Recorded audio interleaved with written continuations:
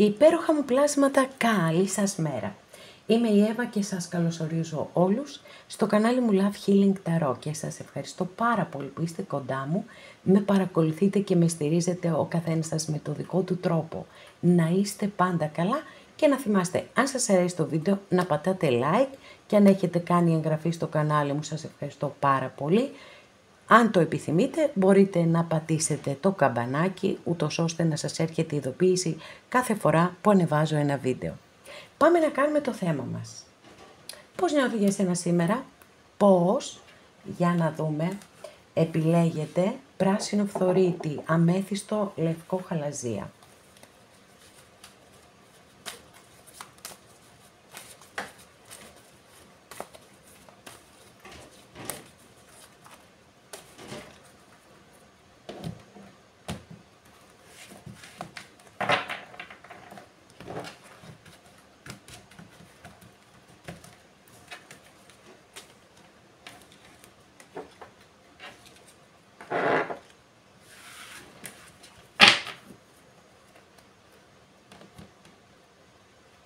Να βάλουμε και κάρτα μπόνους. Και γιατί να μην βάλουμε?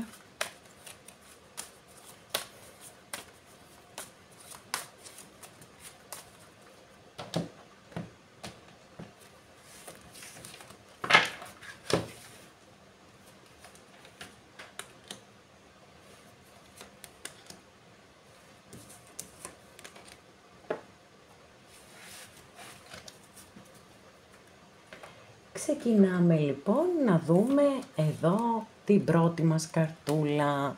Μάλιστα, λοιπόν, έχουμε έναν υπότι πεντάκτηνο, αστρολογική αντιστοιχεία με το ζώδιο της Παρθένου. Είναι ο πιο αργός από όλους τους υπότες, αλλά ακριβώς γι' αυτό το λόγο είναι και ο πιο σταθερός και ο πιο αξιόπιστος. Έχει απέραντη υπομονή και επιμονή.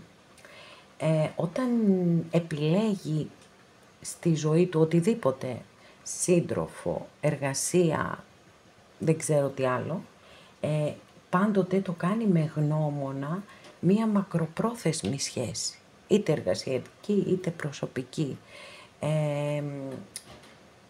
Τώρα, θα μου πείτε εδώ τι έχει να μας πει, πώς νιώθει. Και έχετε απόλυτο δίκιο, γιατί είναι λίγο περίεργο, δεν βγάζει συναίσθημα. Γιατί ο συγκεκριμένος υπότης δεν εκφράζει το συναίσθημά του, ό,τι έχει να πει προτιμά να το πει μέσα από τις πράξεις του. Άρα καταλαβαίνετε ότι είναι λίγο δύσκολη η κατάσταση, μπορεί να δείχνει δύσκολη με την έννοια να βρω να σας πω για συναίσθημα, από τη στιγμή που είναι μια κάρτα που δεν έχει συναίσθημα. Λέτε η κάρτα bonus να μας βοηθήσει. Μάλιστα, νομίζω ότι είναι ψιλοάκυρη, για να μην πω και πολύ περισσότερο άκυρη, γι' αυτό θα ανοίξω μία άλλη, γιατί αναφέρεται σε θρησκευτικές διαφορές. Και αυτό είναι κάτι τόσο πολύ εξειδικευμένο, που μπορεί να ταιριάζει σε έναν, σε μία από εσάς. Μάλιστα. Έχουμε και τα παιδιά. Δεν θέλει εδώ, έτσι, δεν θέλει. Δηλαδή, εντάξει, θα μπορούσαμε να είχαμε ανοίξει μια οποιαδήποτε κάρτα. Και όμως υπάρχει μια τάση των καρτών να δηλώνουν προβλήματα. Αν δεν είναι δηλαδή θέματα θρησκείας, υπάρχουν θέματα με παιδιά. Γενικά υπάρχει μια βραδιπορία και ένας σκεπτικισμός. Αυτά μπορώ να σας πω, αγαπημένες και αγαπημένοι. Δεν είναι κάτι που έχετε να περιμένετε άμεσα πάντως. Δεύτερη καρτούλα, για να δούμε τι θα δούμε. Μάλιστα. Ζορισμένα τα πράγματα σήμερα είναι. Και εδώ έχουμε μία κάρτα που είναι μεγάλη αρκάνα. Είναι το άρμα, αστρολογική αντιστοιχεία με το ζώδιο του καρκίνου. Βεβαίως μπορεί να μιλά και για υπερβολικό συναίσθημα, που υπάρχει δυσκολία να το κοντρολάρει. Αλλά μπορεί να μιλά και για μια σχέση εξ αποστάσεως. Για μια σχέση που έχει πολλές καταστάσεις που είναι αντίθετες μεταξύ τους και πρέπει να βρεθεί η χρυσή τομή. Γενικά δεν είναι και μια ιδιαίτερα θετική κάρτα αναφορικά με τις σχέσεις, ούτε και με τα συναισθήματα. Τώρα, η κάρτα bonus αυτό που λέει είναι το εξής. Ότι θα πρέπει να είστε ανοιχτοί και ανοιχτές, γιατί μπορεί η αδερφή ψυχή σας να διαφέρει από αυτό που έχετε μέσα στο μυαλό σας ως εικόνα ενός συντρόφου ή μίας συντρόφου.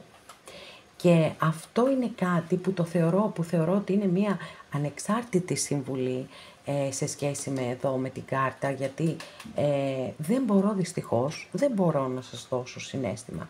Δεν υπάρχει εδώ συναίσθημα, εκτός σας είπα, μόνο αν υπάρχει υπερβολικό συναίσθημα, αν είναι ένας άνθρωπος που διαρκώς μπορεί να γκρινιάζει και να παραπονιέται και αυτό μας δείχνει η κάρτα, δεν μας δείχνει κάτι άλλο. Και δυσκολίες βέβαια και καταστάσεις αντίθετες και αντιφάσεις και ανθρώπους που δεν είναι συμβατοί μεταξύ τους. Και πειθαρχία, δηλαδή και παιχνίδια εξουσίας μου δηλώνει αυτή η κάρτα στα αισθηματικά. Τώρα, εδώ όμως, είναι μία συμβουλή η οποία πιστεύω ότι είναι πάρα πολύ σημαντική για όλους μας. Εν πάση περιπτώσει για όσους και όσες δεν έχετε κάποιον σύντροφο.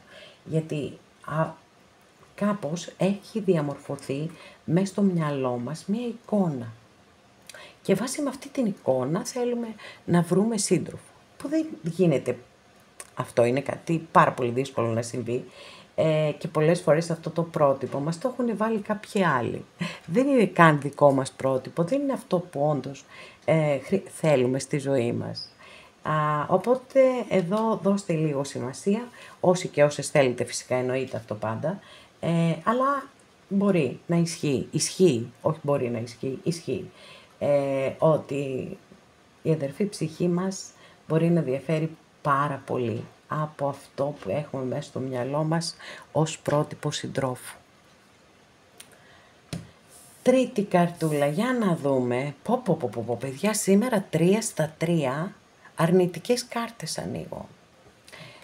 Φαίνεται δεν είναι η εβδομάδα της αγάπης και του έρωτα, δεν ξέρω τι άλλο να πω. Λοιπόν, εδώ έχουμε μία κάρτα κτήσης και κτητικότητας. Και βέβαια η κτήση και η κτητικότητα είναι πολύ δύσκολες να τις διαχειριστείς μέσα σε μία σχέση, γιατί βεβαίως δημιουργούν σκηνές ζηλοτυπίας, καυγάδες, τέτοιες ζώρικες καταστάσεις. Τώρα θέλω να απευθύνομαι σε όσες και σε όσους έχουν ρωτήσει για κάποιον άνθρωπο που είναι παντρεμένος ή παντρεμένη. Να ξέρετε ότι δεν θα χωρίσει. Αυτό μπορώ να σας πω με τα βεβαιότητος με τη συγκεκριμένη κάρτα. Λοιπόν, ανεξαρτήτως του τι μπορεί να νιώθει για εσάς, δεν έχει συναίσθημα η κάρτα έτσι κι αλλιώς, το θέμα είναι ότι δεν θα χωρίσει. Πάμε να δούμε την κάρτα bonus, μάλιστα. Τώρα, η κάρτα bonus σας καλεί να έχετε υπομονή και εμπιστοσύνη. Δεν ξέρω τι ιστορία αγάπης αφορά τον καθέναν από εσάς και αν θέλετε εσείς ίσως κάποιες καταστάσεις να τις πιέσετε να πάνε πιο γρήγορα ή δεν πάνε έτσι όπως εσείς τις θέλετε, επειδή ούτως ή άλλως έχουμε πεντάκτηνα, τα πεντάκτηνα είναι πάρα πολύ αργά σε εξελίξεις τους. Δεν μιλώ για την ειδική κατηγορία που είπα πριν, αν έχετε βάλει στο μυαλό σας κάποιον που είναι παντρεμένος ή παντρεμένη, γιατί αυτό το ξεκαθαρίσαμε.